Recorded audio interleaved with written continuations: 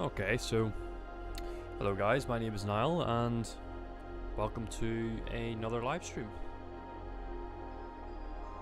So this is the second live stream, I believe, and I do get a little nervous on these, so if and when I say something a little silly, that's why. I'll just start by saying I plan on keeping these pretty relaxed, and it'll just be me working away in the background, and you can fire in any questions in the live chat or in the comments below. I'll be leaving the video up afterwards, so I'll try and make sure to reply to those afterwards. So just a quick overview of what we're going to try and cover in the stream. Today we're going to focus primarily on animation.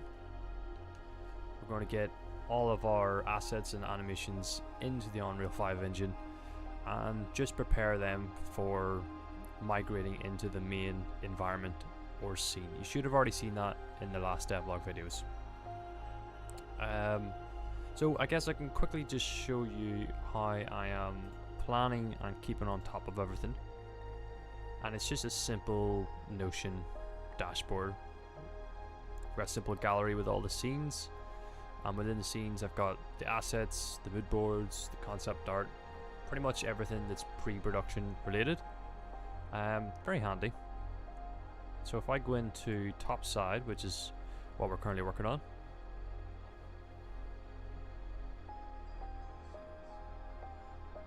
and so yep, here we got the animation checklist. It's just a simple bullet points, nothing too crazy here. So all this is done, I believe, and now we're just going to get it all into Unreal. So this is what we're going to try and do today.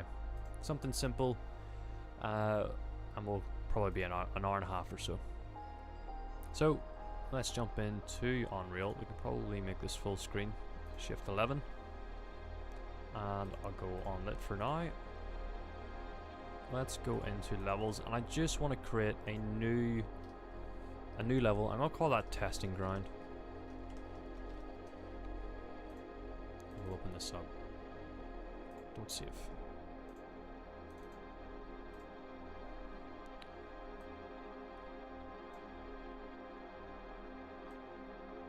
Let's fix that. First thing I like to do is bring in a landscape. We don't need anything fancy. We're just going to create just a simple large landscape. Fix that on the Z-axis. Create that. A really quick and handy way for getting lighting into the scene, rather than going, basic lighting, cinematic, visual effects, so on. We can actually go into window and go to the environment light mixer. That way we can just create the sky, create the atmosphere, sky atmosphere, photometric, high cloud. Everything should be in now. Pretty cool. So let's have a look at our sequencer. We can create a new level sequencer. Put that into the sequencer folder, and I'll just call this animations testing.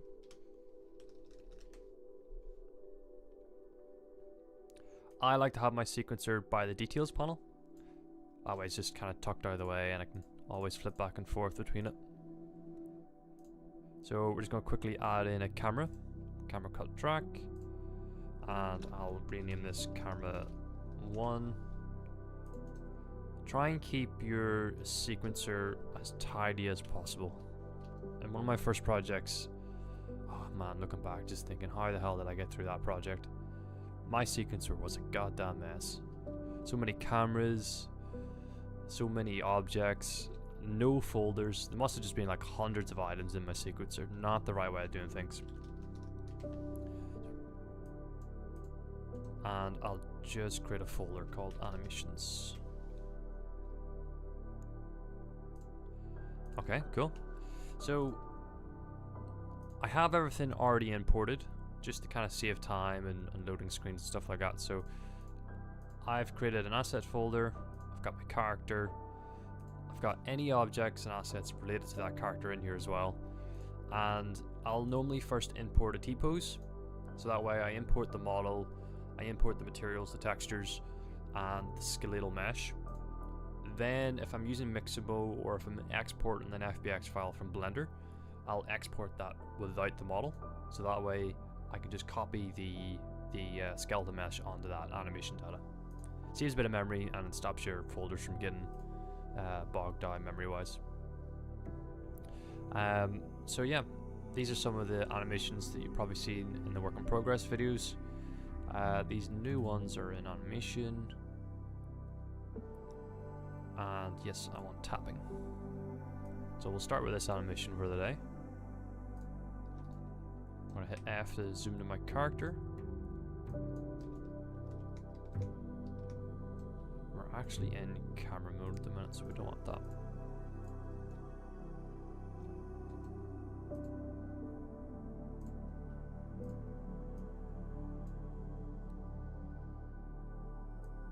Let's make this a little larger.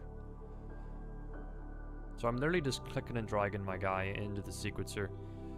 I'm clicking animation and I'm just going to select the foot tapping. If you don't have that, I'll just leave that for now.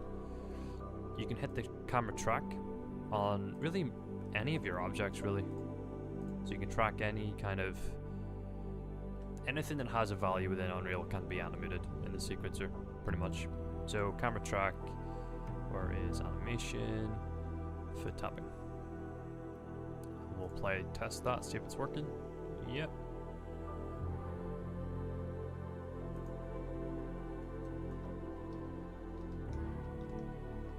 I'm going to change this music because this is a bit too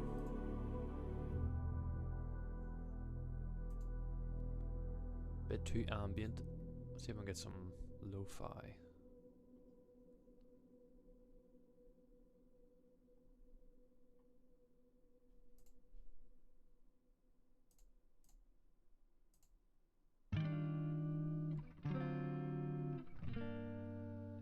Okay.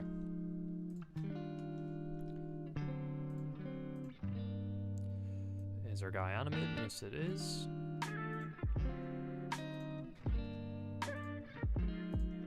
Let's reset him in the world. Keep us all right.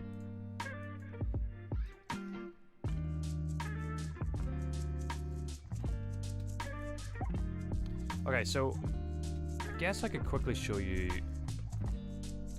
how I animated this guy on Blender. Yeah, let's save some processing power.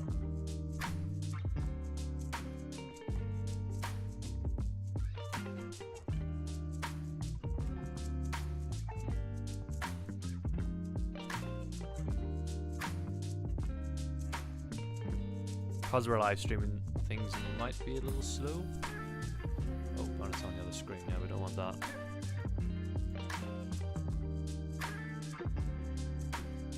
Okay, sweet. So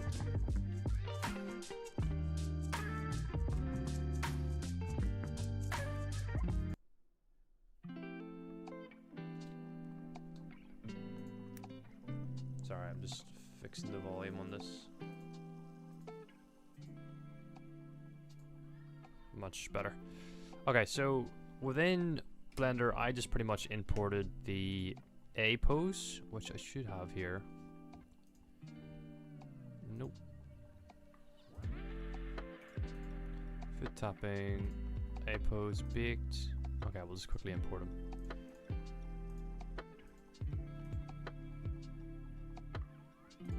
This way I can show you the pipeline of how I get stuff animated within Blender and then into Unreal. And this is just a simple Mixamo T-pose. So I uploaded the character on the Mixamo, exported with the model. I then downloaded the Mixamo Control Rig add-on for Blender, which allows you, so if we select our armature and we go to Mixamo, we can create a control rig, and we want to make sure that animation is not applied. So we hit OK. Let's just take a wee second. And now you have this crazy control rig with IK constraints and everything like that. Pretty cool if you ask me, to be honest. So we'll take that and we'll actually move him into the eye pose. Turn him off for now. And yeah, this was just, that's just a simple foot tapping animation, really. So I'll export that as an FBX file, like I mentioned earlier on. And then we'll go into Unreal, import them, add them in the sequencer, and then we'll start getting to work.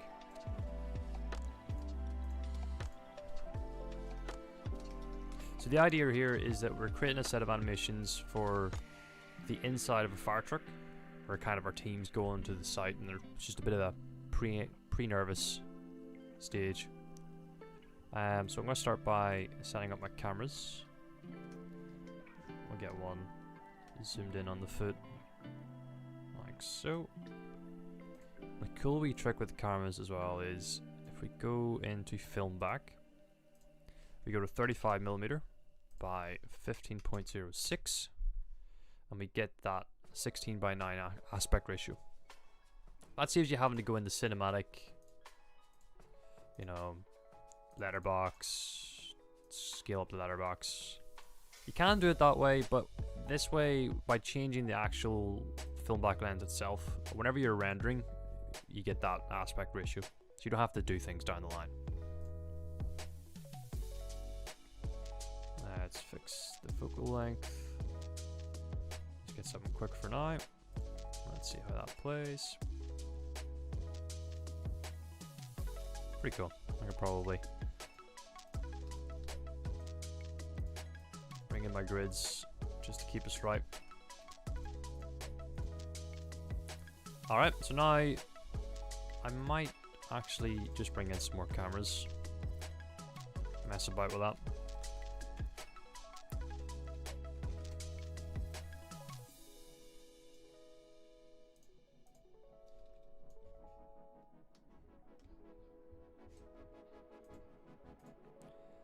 Front angle doesn't look that good. Let's try just the side angle.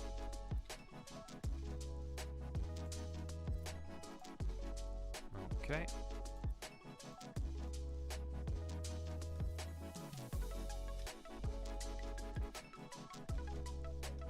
So I do have a fire truck, but I don't have the interior modeled. So I'm going to be a little cheeky, and I'm going to use an asset pack, which is from the Unreal store, and it's just got all these kind of like trucks, this kind of stuff here. And rather than me 3D modeling an interior, I'm just going to take this and put our character inside it.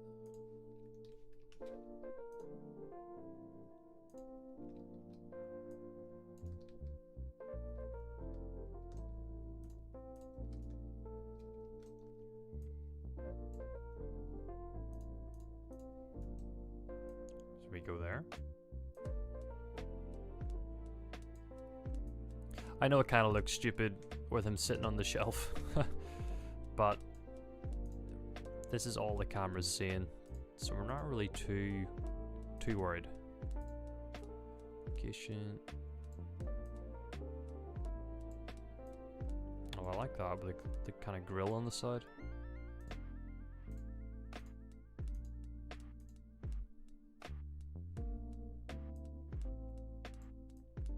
We can come in a wee bit.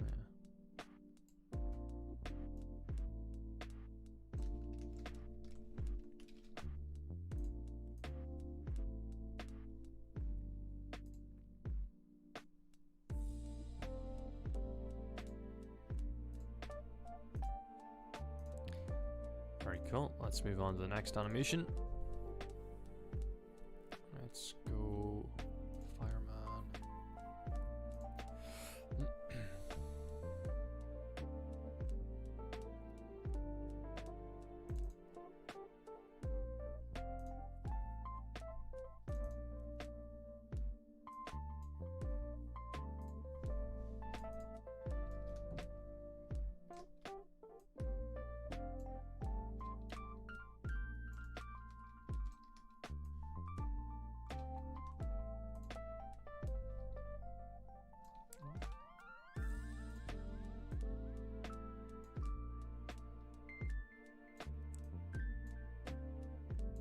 Kind of have him sit on the side.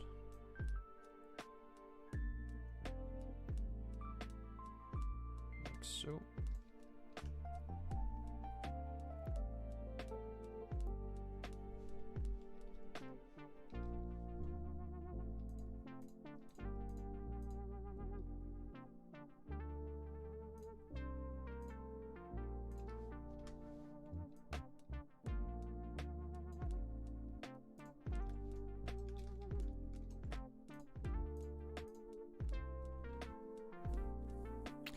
So the idea is that, you know, this guy with the foot tapping, he's pretty nervous.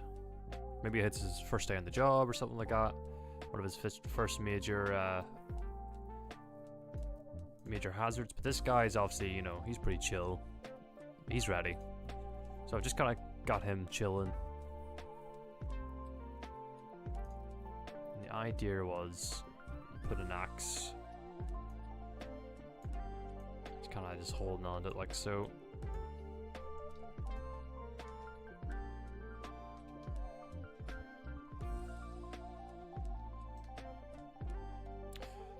How's it going? Is it Carrie? Oh my god. I was gonna call you Marion. Marion 3D? How's things? I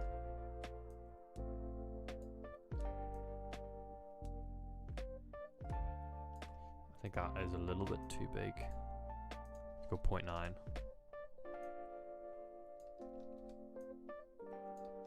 Rotate it a wee bit.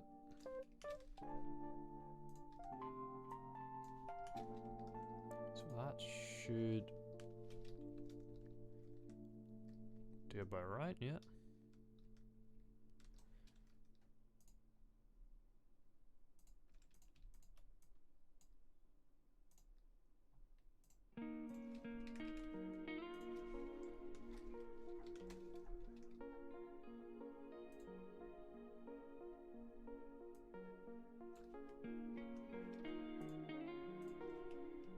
Oh, that's good. Living the dream then. I've learned a lot of cinematics from you. Awesome. It's always good to hear. Kind of fills you with motivation, doesn't it?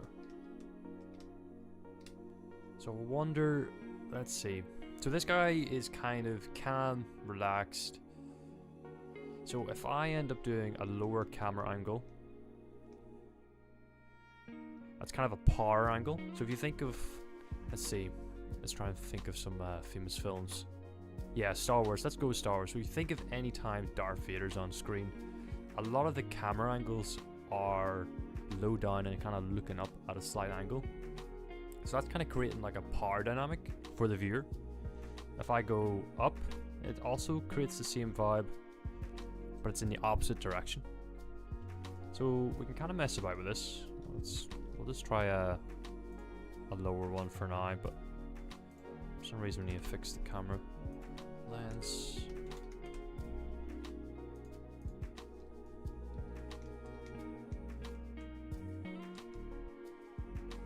Let's go with there for now.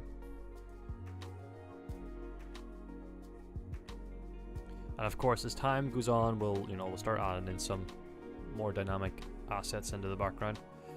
So I'm challenging myself to make a very dusty scene using volumetric fog, so hopefully it will work out.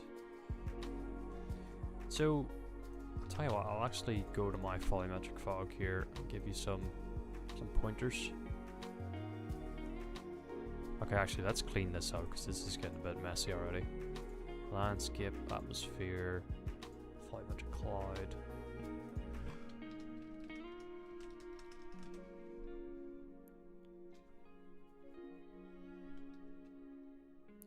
Okay.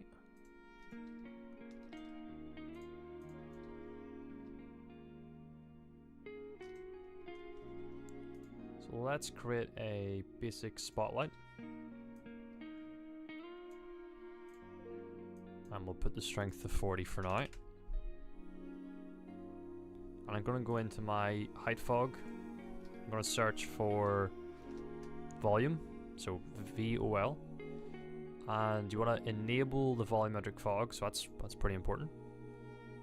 You can actually see the difference already. See on the horizon? So if you look into the 3D viewport, you get a nice fog on the horizon, and then you get it kind of a bloom and glare in the atmosphere.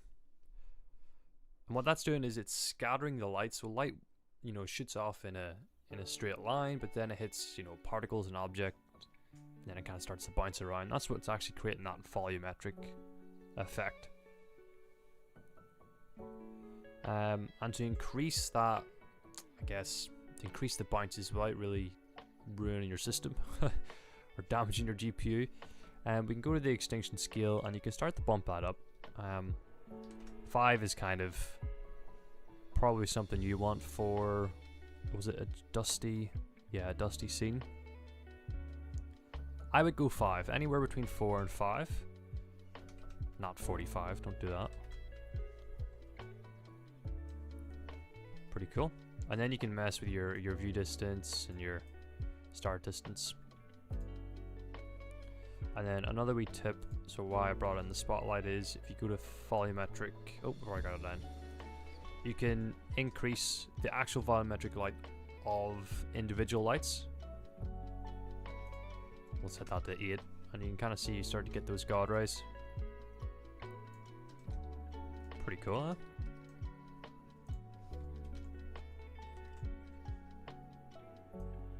The problem is with this is that it's pretty intensive on your hardware. So you can imagine you have, I don't know what, 20 lights all doing crazy volumetrics. It does get a bit intense. You can get around that by creating a 2D image plane. I wonder do I have one in here actually. No, I don't.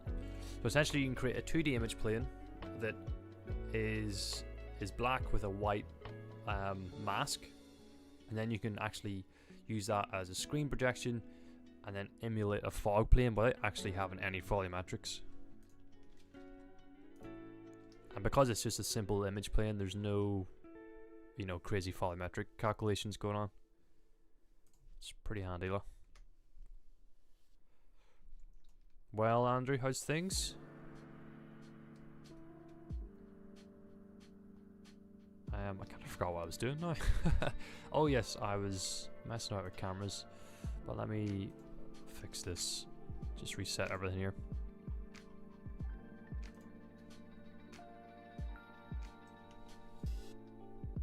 So I'm going to turn this off. I'm going to quickly texture my models. Materials. Let's put the boots on. Let's put the gloves on.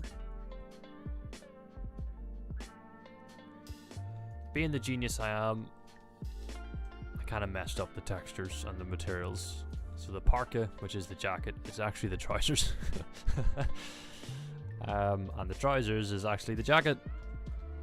Not the smartest way of doing things. Cable.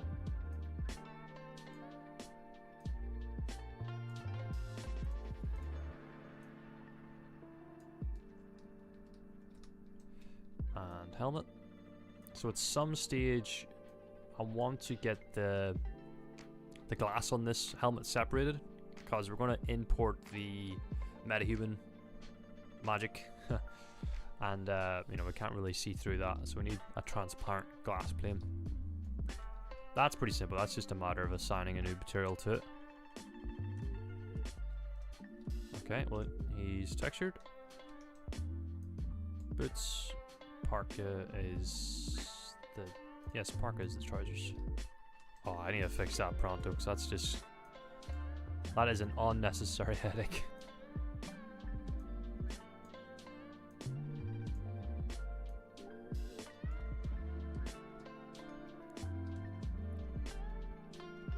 Not much today, Andrew. I've got the week off, so I would just work on the film and do a bit of live streaming. Get caught up on some things, some personal projects. For yourself, you working away, are you?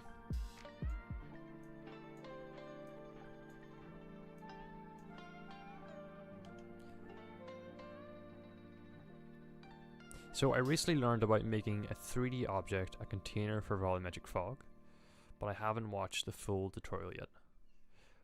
So I think that's how Blender primarily works with its volumetrics. I think it's always constrained into an actual volumetric box. I could be wrong though.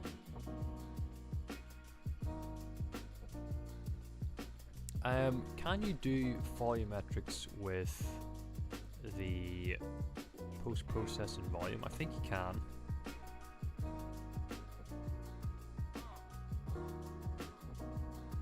Oh, maybe that's what it is.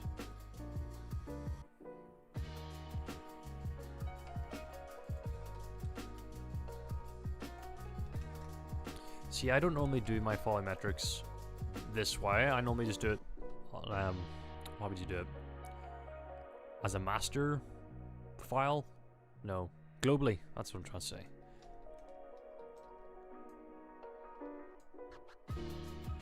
We actually do need that, so let's dump that there for now.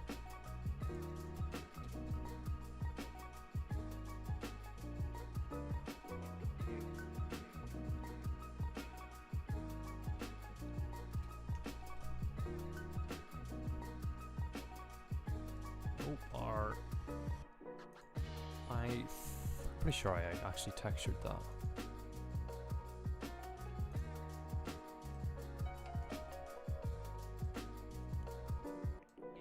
Yep. I can go on there now.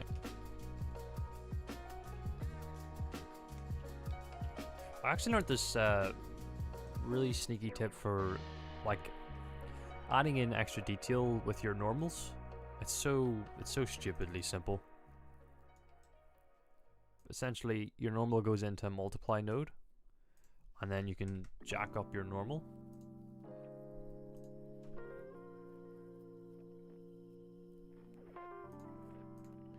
Then you get a little more detail on the mud and stuff like that. But for now, I'm just gonna leave it at 1. But I've been using that in my landscapes for like mud and, you know, kind of roads and that kind of stuff. Okay, let's keep working away here.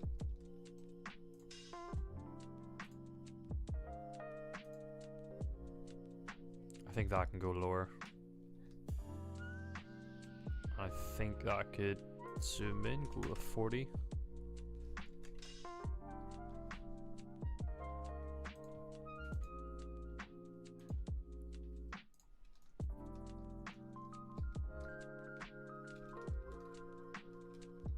Oh, that's cool enough the angle there, isn't it? Again, the aspect ratio, for whatever reason, reset on that. Yeah, I know, like, the week off, it just goes such a long way, doesn't it? You need it sometimes.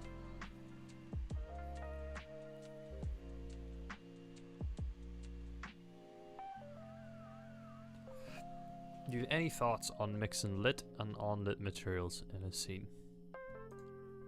It definitely has its place. I think if I was to use unlit materials, it'd probably be on image planes. A stylized scene, I should add. Yeah, so if you have a stylized sky background with stylized clouds or something like that, you could probably use that as an unlit texture. And then also not cast any shadows. Are you making these like textures like by painting them in Photoshop and then applying them that way?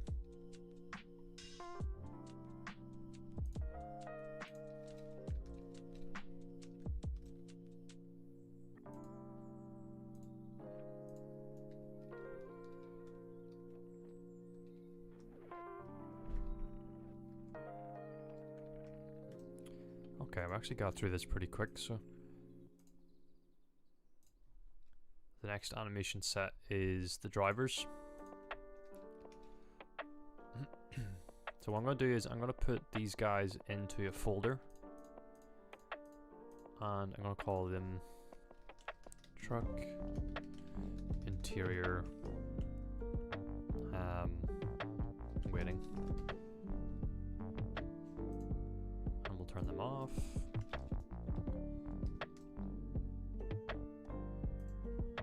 Oh no, sorry, I need to turn them back on because what I want to do is I want to add them into an empty actor, and I'll just rename that as well. Truck interior waiting.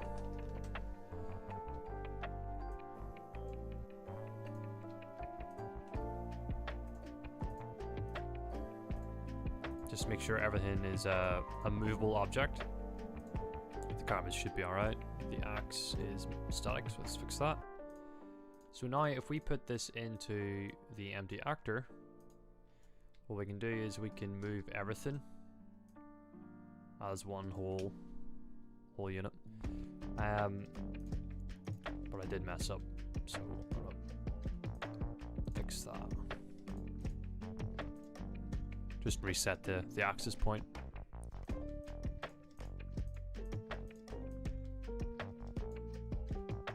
What is this music?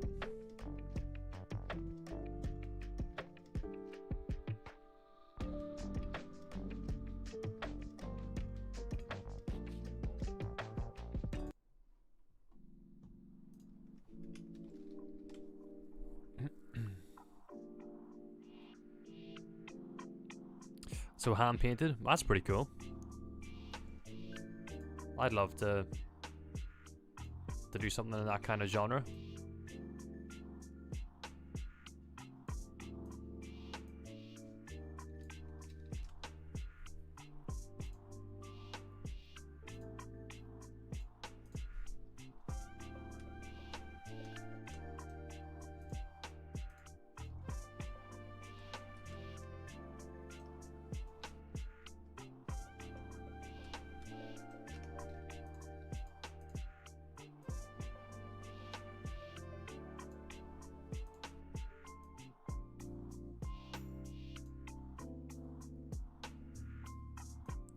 I think for whatever reason this stuff got moved with the actor.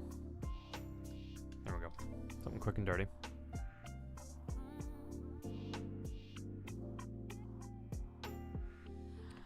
Yeah, that's a better way of putting it. It's making it a child of the empty actor.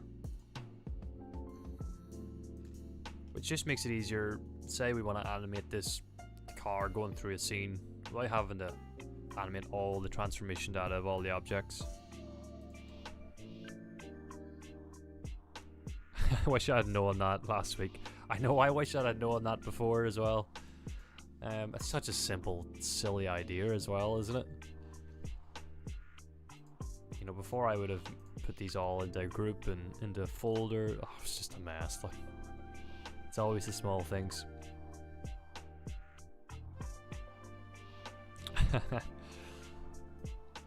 So you had the same problem that I had. That's hilarious. So let's put that in there. Turn that off. I really am going around this a really lazy way of doing things. But I mean, why work harder, right? So I think we can use the caravan. So like I said, you know, where is my truck? Fire truck. So that's the fire truck there. But it has no interior. Even all the normals are flipped as well, so it's, you know, can't use that.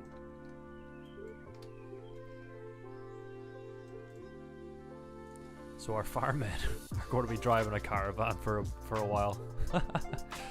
Oh, it's so ridiculous. But as you can see, you know, it works.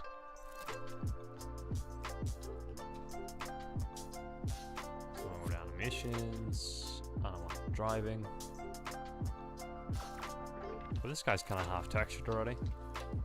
Nope, never mind. Let's put the boots on. Let's put the parka as the trousers.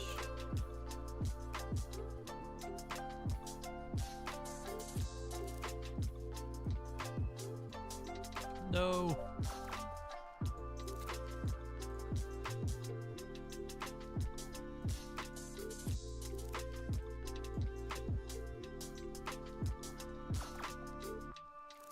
I think that's a t-shirt on underneath, but we'll just do that for now.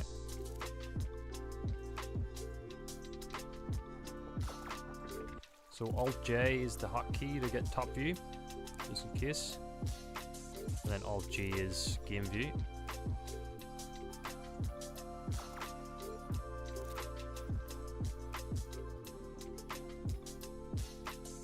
Alright, so I'm just blocking this, so you know, I'm not really worried about the fine details just yet. Yes, his ass is through the seat, but we're not seeing that, so. Boys off on their holidays. Oh.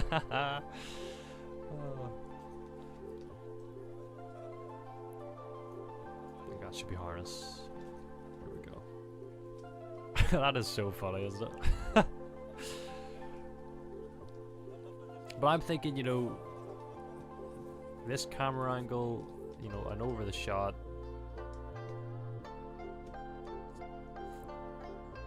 Yeah, let's do that for now. And we can always come back and change, you know, the caravan. But I don't know, I kind of like the caravan. I might keep it. It's kind of a bit of a funny thing for now. Alright, let's add this guy into the sequencer. Animations. Alright, so there he is, driving away. He's loving life. He's off to the coast.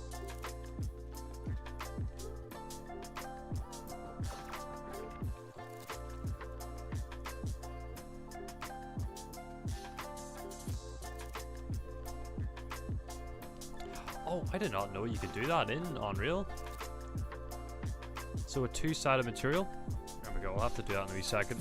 See, normally I go into Blender and flip the normals that way, so that'll save me a bit of time. Thank you, man. Look at that, learning together, huh? Right, I need to change... No, I need to add a camera to begin with.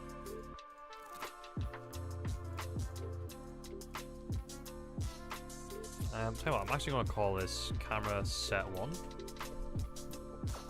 And I'll make a new animation folder.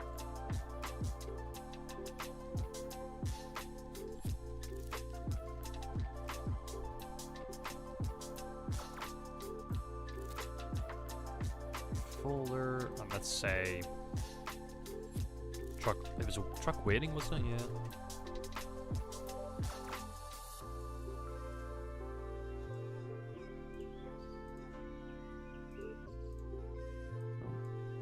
I've messed up.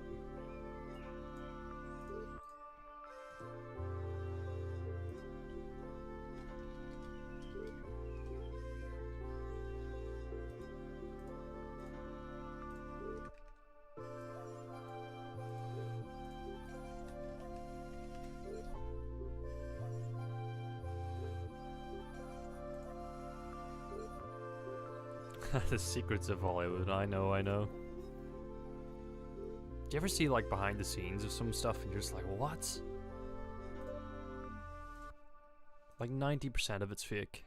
90% of it is like, you know, a green screen and it's all done. It's just crazy sometimes. It's crazy.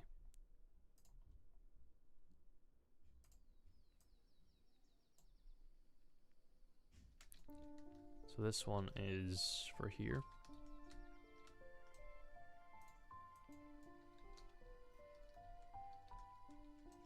I think we can actually move this guy over. Just so he's kind of in frame a wee bit. So the idea here is I'm thinking of doing like a block text of the time. Because obviously the screen's going to be black. The headlights are going to be full beam. It's nighttime in like some kind of snow blizzard. Wind wipers go and that kind of thing. And then I don't know, the time or the destination pops up with the text. So that's the idea of this shot, just to kind of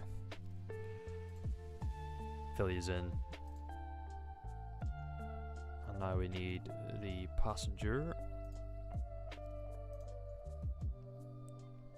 Idle, standing, no, sitting. Alright, I think I'll skip this tune because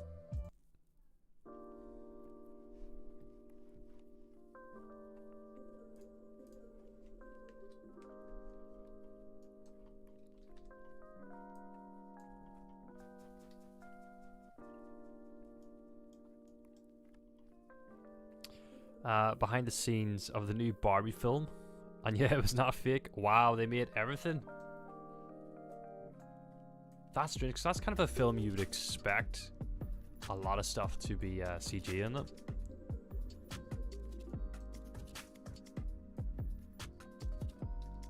think we're planning on going to see the new Indiana Jones on Friday.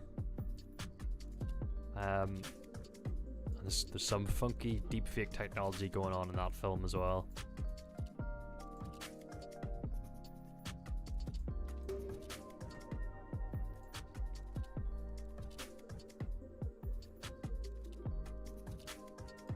Yeah, a lot of films from I think from the 70s right up to, I'm gonna say the 90s. A lot of it was miniatures, wasn't it? But hey, it worked. I think that's why a lot of those OG movies still hold up so well.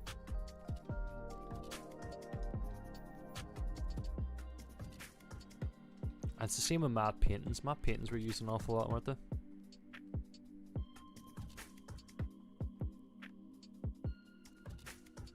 Yeah, Peter Jackson is a model maker, and then his next thought is, you know, what's the best way of blowing this thing up?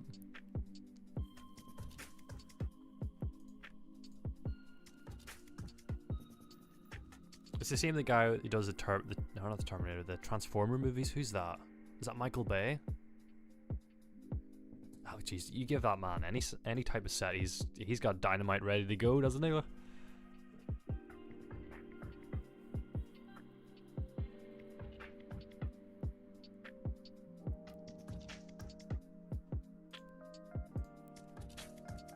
Yeah, we'll do, man. I think Indy will be good. Indy will be good.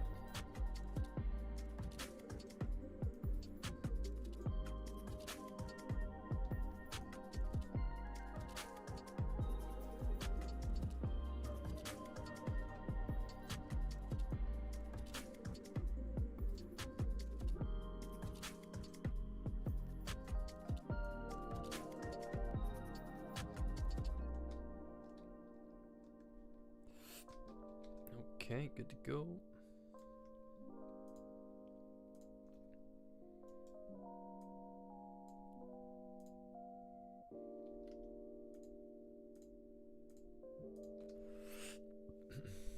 Oh, I already thought I animated him, but obviously not.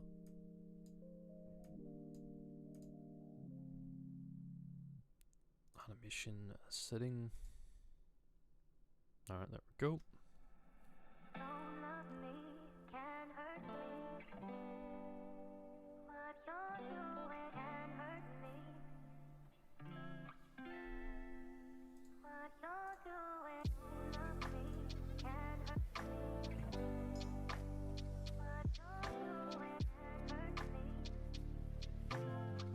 After Effects. I think After Effects does have its place, though.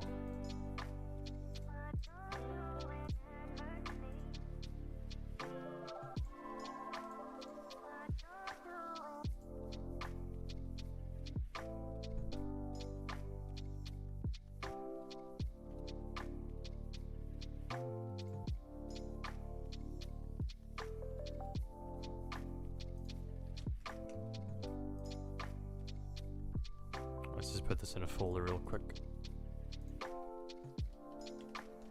Truck. I'll call this exit, because we're going to do some real voodoo stuff in a minute. If you thought the caravan was bad, this is going to be some real voodoo stuff. Okay, so I suppose I should go to the mood board.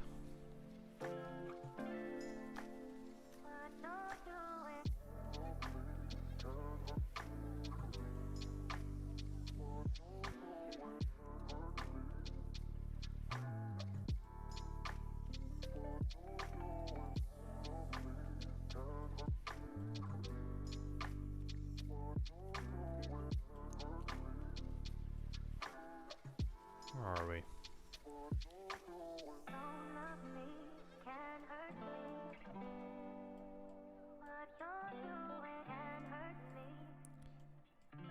So what I've done here is I've got a collection of Love, Death and Robots.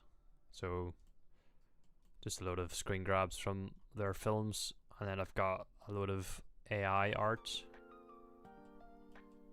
And then some movie sequences, which I'm pretty sure it's this one. So this is from Chernobyl.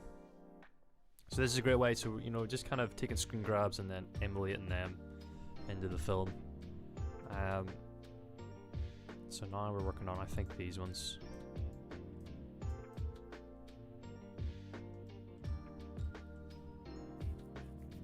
Yeah, right, so now we're getting out of the truck, so I'm just going to close this because this is quite a beefy file. I didn't really know that was open.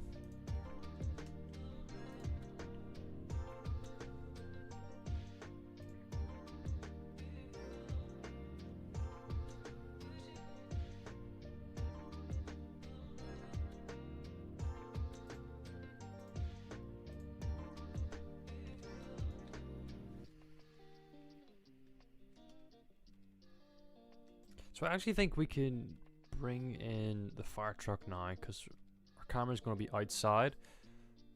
Although we should probably try and find some different camera angles just before we jump off.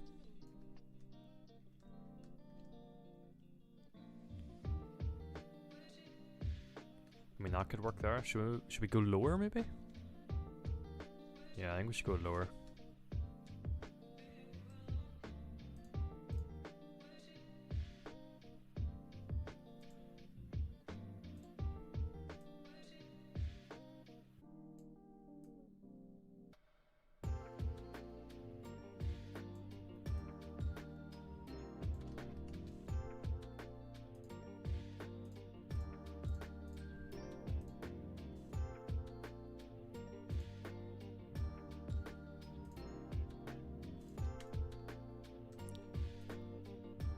Bear with me here, I'm just gonna have a little play about with the lighting. Let's go 500 or something.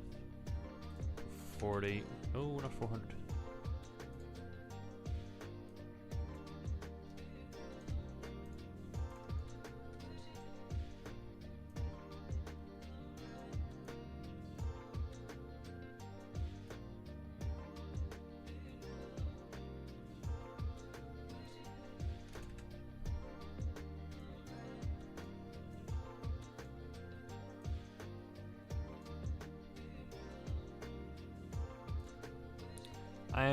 Just a little tip when using the temperature nodes. I think this is a far better way of getting more accurate light color. So before I used to just use the color picker and, you know, be like, oh, yeah, that kind of looks about right. It's not really a nice way of going about doing things.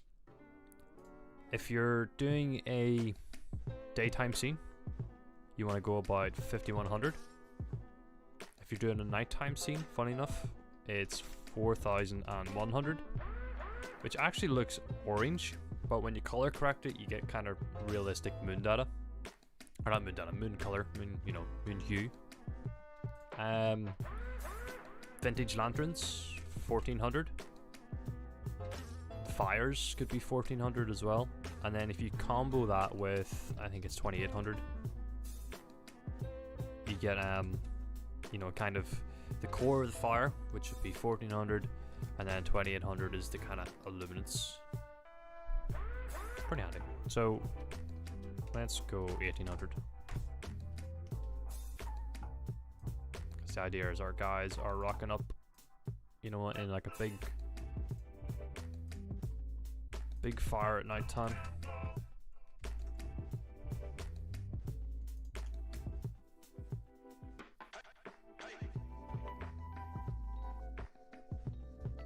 Alright, so slightly higher and slightly further away with a bigger lens. Whoa.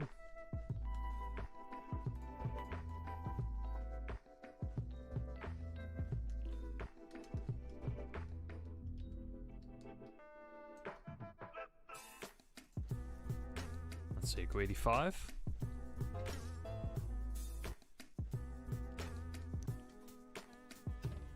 Now we're talking.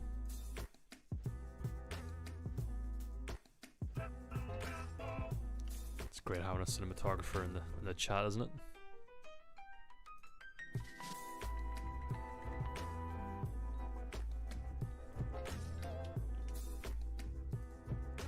Again, the music is not on vibe.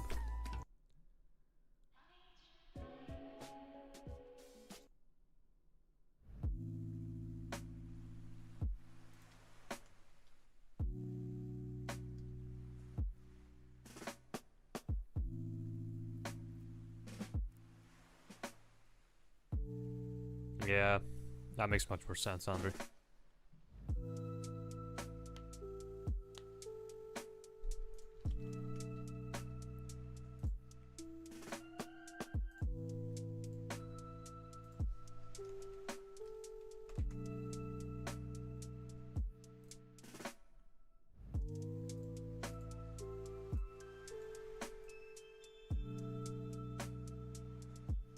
It even works nicely for there as well. Love it.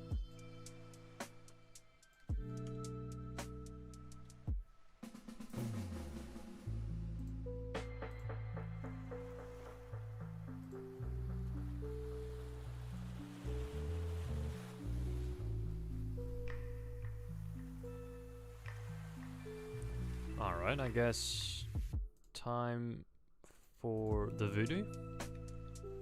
No, let me try and get one more shot. There's definitely a front shot in there somewhere.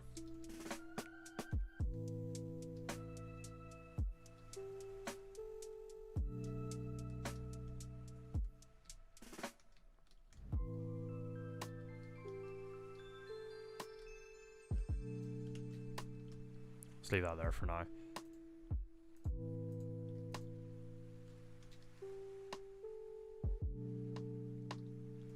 Yeah, even on the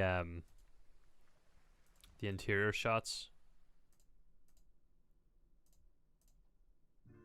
Oh, it's turned off.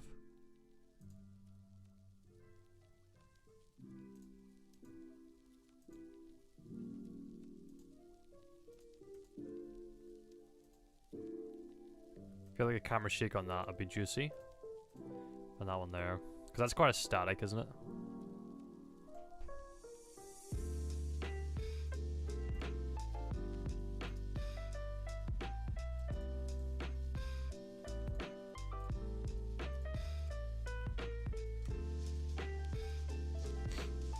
Alright, let's add in the fire truck.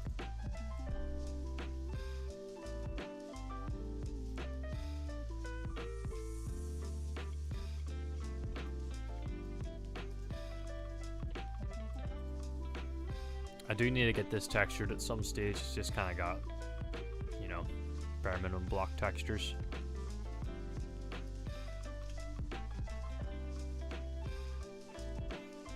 So at this stage, I guess in the story, the guys have rocked up to the site.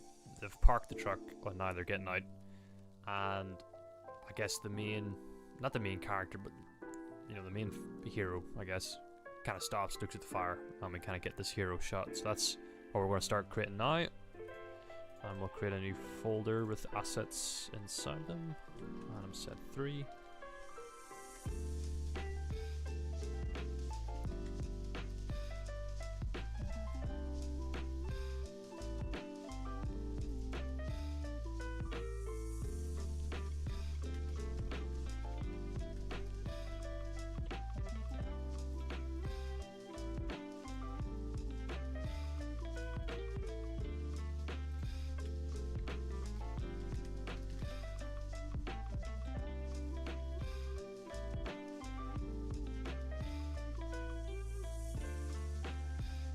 So the truck will be needed moving as it's going over bumps and stuff. Yep.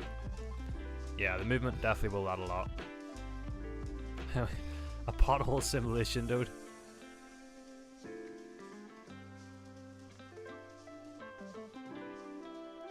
So I'm pretty sure with Unreal, because it's a game engine, you can create, you know, nodes and scripts that are physics based, so that the actual tires, you know, they kind of always lock on to the landscape. So I guess in theory, I guess you could. Would you want to do that? That's the question.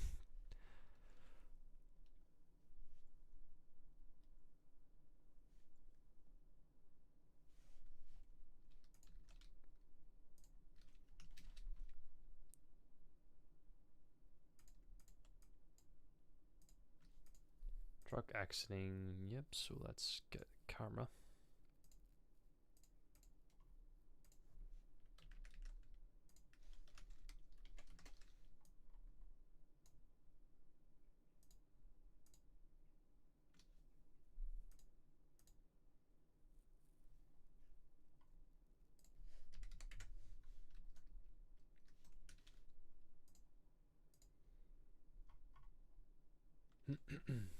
Where is...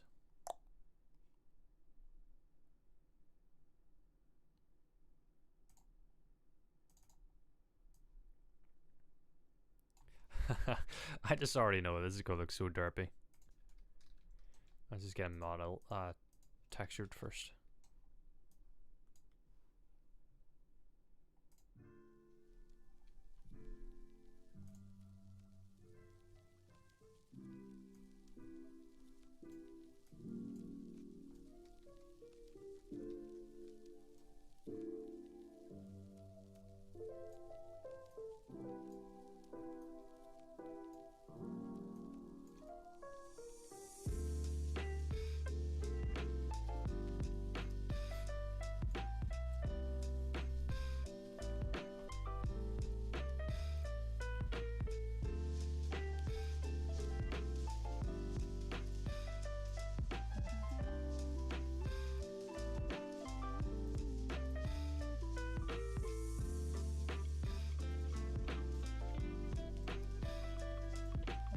This guy here, isn't it? Yeah.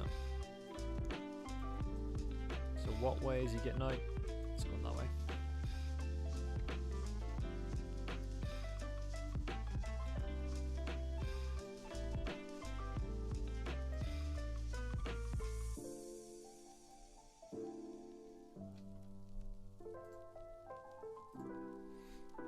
I think what I'll do is I kind of want to get like the foot coming out. So let's see where he's at there.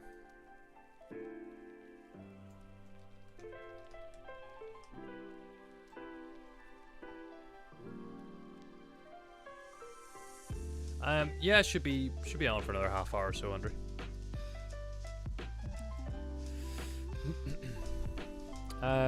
So I'm hoping it's also possible to animate blend shapes. Is this for? Oh, I mean animating bones. Blend shapes as in curve editors. See, I don't really do animation within Unreal. I normally do it in Blender. But I do know you can animate all the curves of each keyframes, if that's what you mean.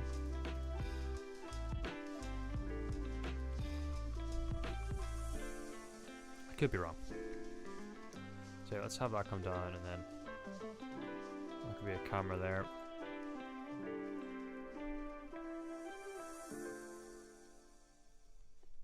Guess having a camera in the truck would be pretty cool.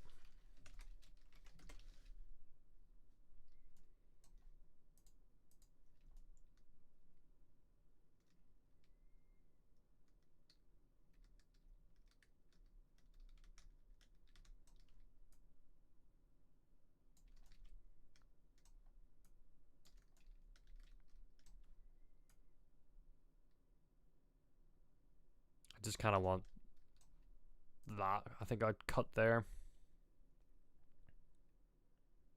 if that makes sense. So I'd have the door animate open and then cut there. Then you come to this, foot comes down. I can kind of see it in the foreground there, so let's move it a bit.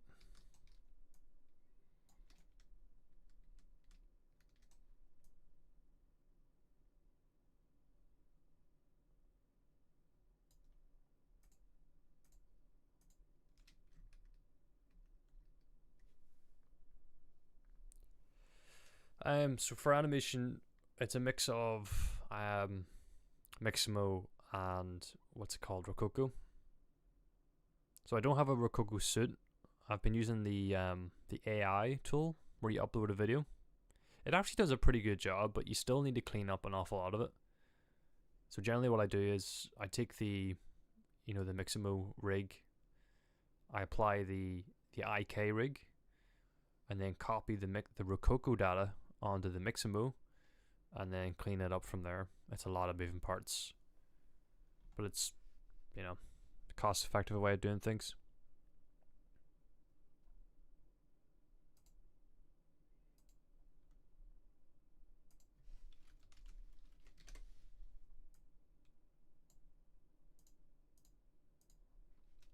I think I will end up getting a Rococo suit down the line because it just seems to save a lot of time and resources, doesn't it?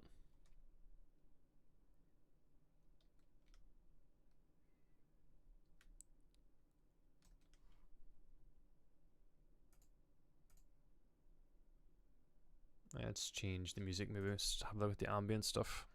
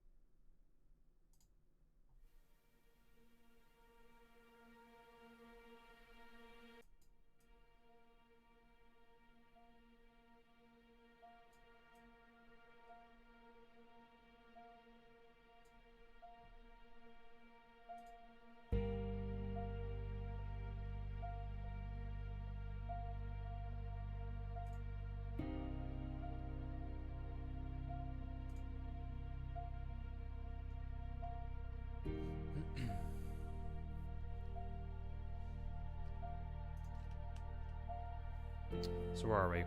Guys coming out the truck. I think we get a back shot.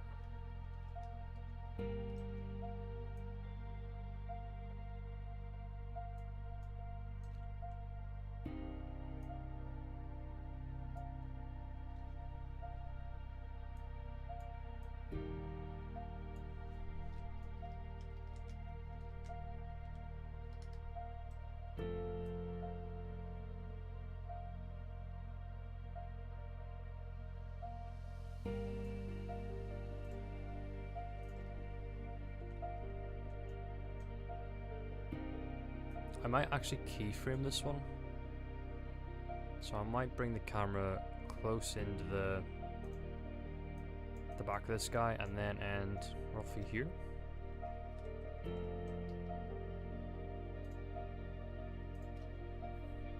Transform, let's go location rotation. Let's go somewhere like there.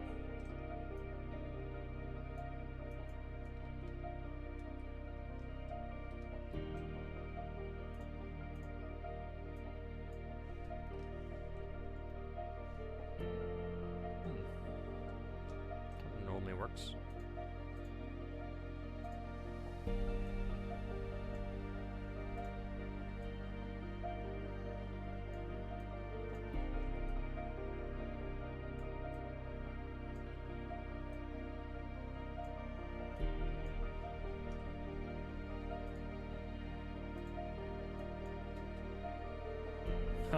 Here's that voodoo stuff happening again.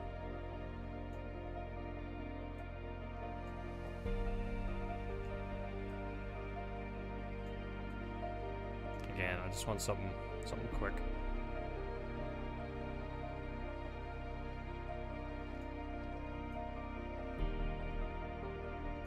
All right, and then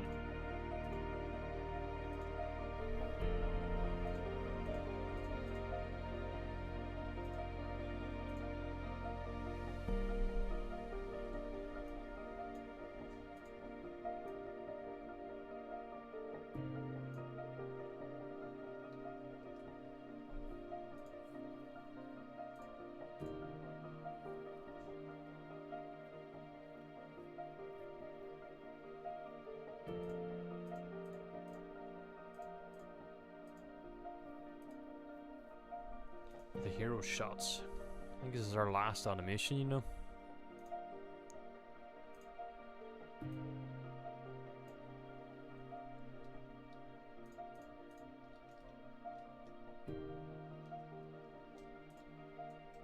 Let's move him over to there for now.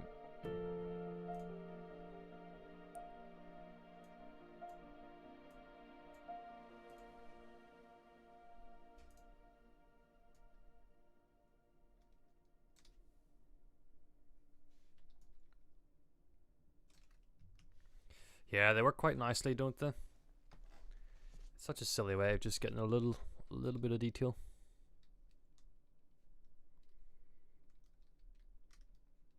So let's just make sure this guy's materials are correct again.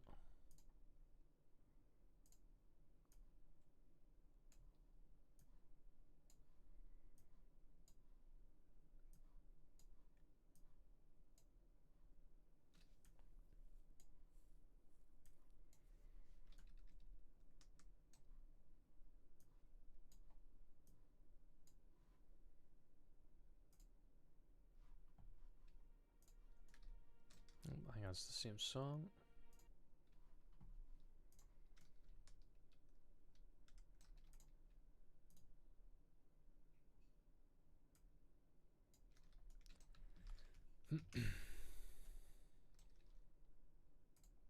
So the idea here is we're getting a hero establishing shot kind of thing. So I'm probably going to go with a 25 lens. Get rid of that transform data. Make sure he's center frame, and we'll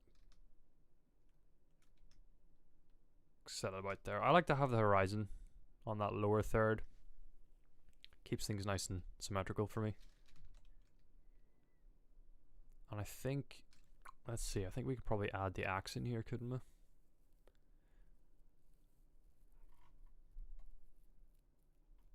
Camera, what's this?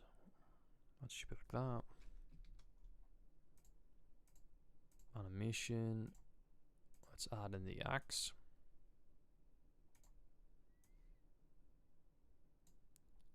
So because he's idle and he's moving, we want to pin that to the bone.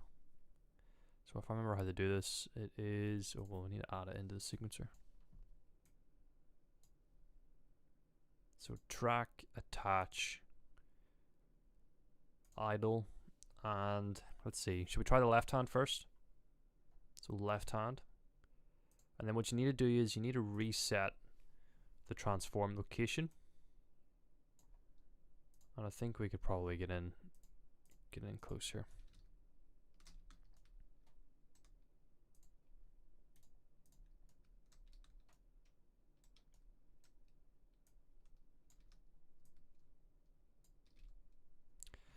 So here's a wee tip for fixing, you know, the rotation and location of items when they're not, you know, lined up on the axis. This used to do my head in, and it's the most simplest thing ever. So you cycle between the modes. So cycle is the transformation gizmo. So this one's the world view, and then this one is object bound. So you can kind of see, you know, the gizmos are changing. So it saves you having to rotate it that way and then come up like this.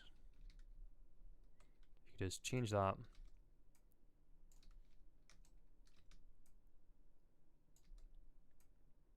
I know it's such a simple thing, but it's always the simple things that catch you out, isn't it?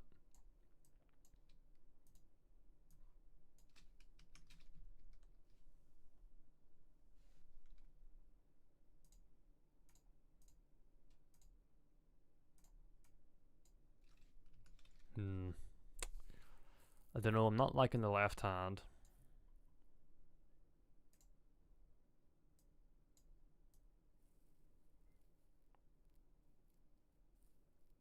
Because I feel like that hacks is going to be heavy. And maybe the left hand is like trying to counterbalance the weight of the axe. So let's try it on the right. So we can get rid of that. I'm actually just going to redo it. So attach, orc idle, and then right hand.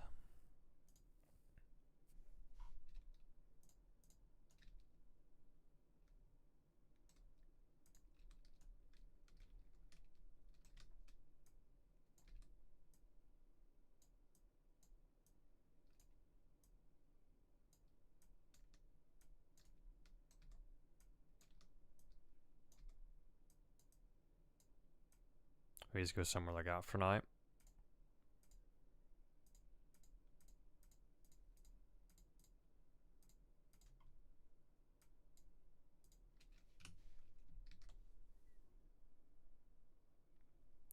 Did I ever make cinematics in Blender? Not for films, and not for any kind of short film stuff. So my journey with 3D kind of started in landscape design and engineering. So I used to work for a playground company, and that's kind of where I started my 3D journey, was just making 3D renders of sites and, you know, landscapes and playgrounds, and then moved into, you know, architectural visualization. So I would have done a lot of stuff in Blender that way, and then I moved into the Unreal.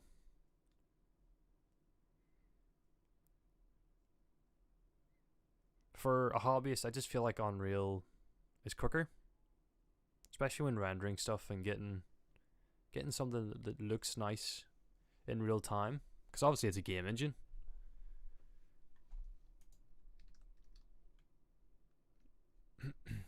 You can obviously push stuff far further in Blender though.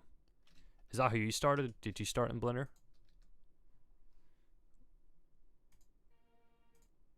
I guess you did, because you're probably transitioning over, are you?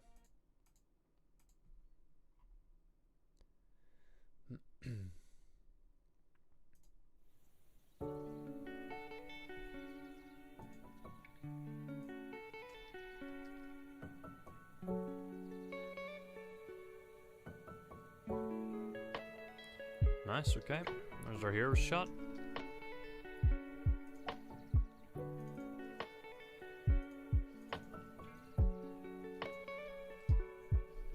Oh, I feel like I shouldn't have dragged that over. I know, it's alright.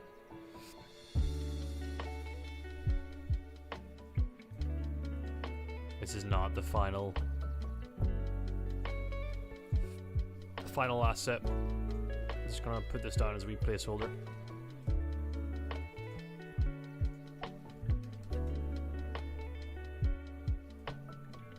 Wish it wasn't so bloody far away.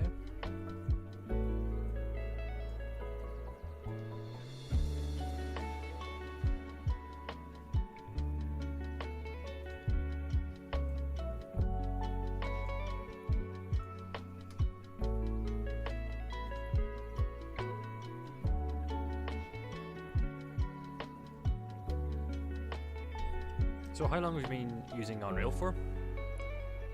A few years?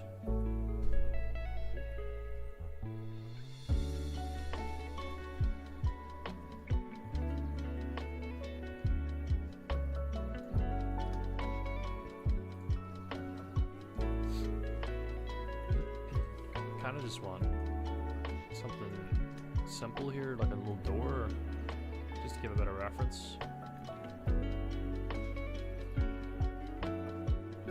Whoa, that's big.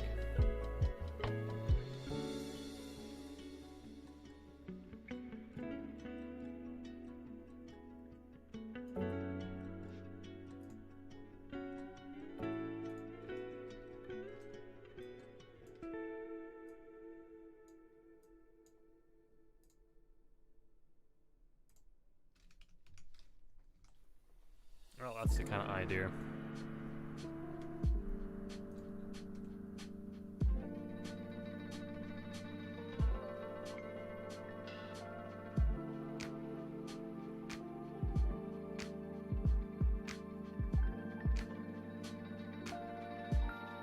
Ah, Unreal Sensei.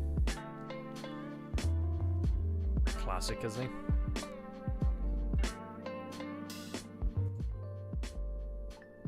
I love his videos. It just basically recaps like all the new updates of the Unreal Engine.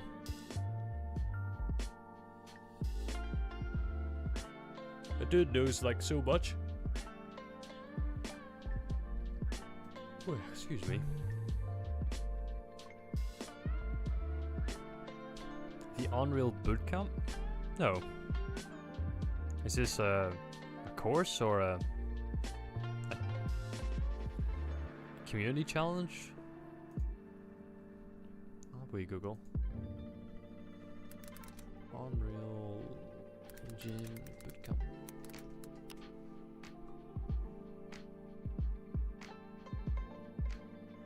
So free training for animation.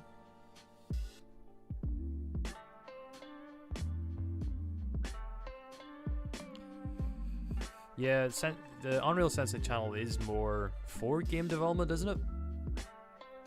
There just seems to be very little though on cinematics and the kind of film stuff. Yeah, that's good. A lot of it will transfer. Oh wow, I'll have to check that out.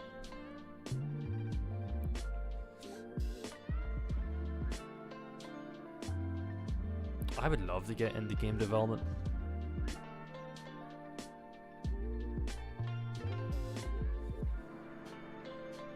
I only wanted to make a seed and end up making a game. That's hilarious.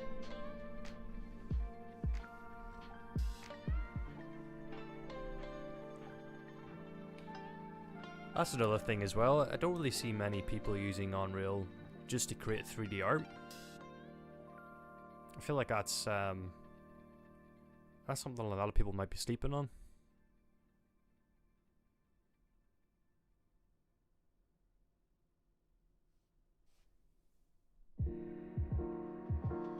Oh, real? Is this a new one, or is this the same one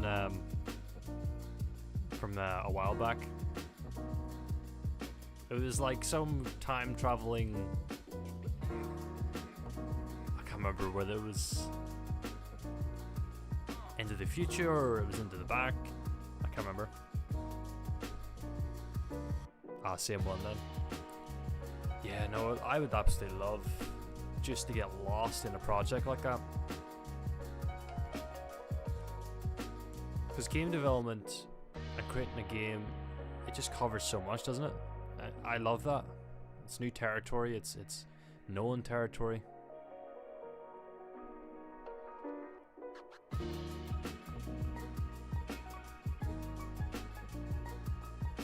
I had no idea what it was either.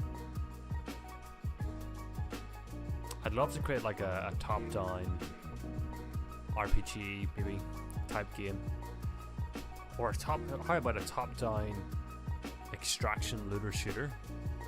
There you go. Tarkov, but from bird's eye view. I feel like I can go wrong so fast though.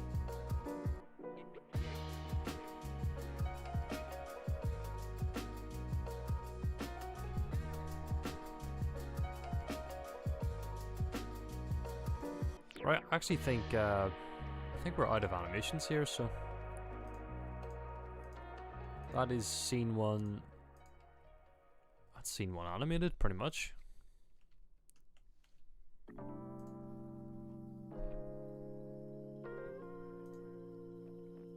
So now I can put a wee check there.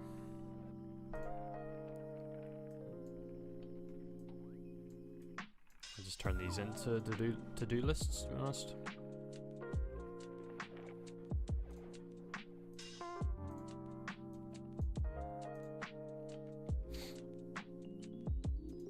No, not toggle.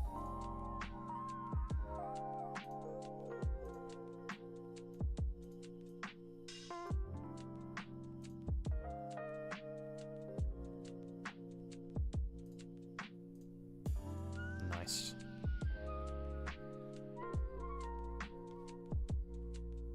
Ah, yes, the arcade mode in COD Zombies.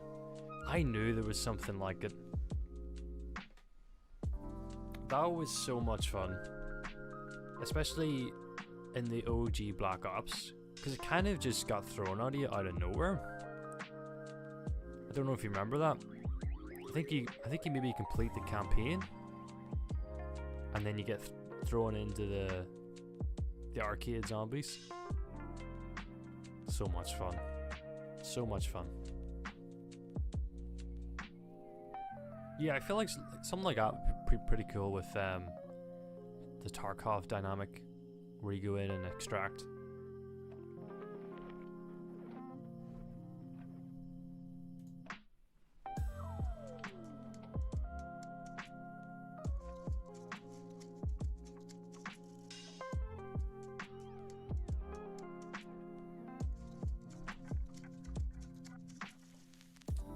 how long I've been working with Unreal. I think it's, I'm going to say maybe 2 years now.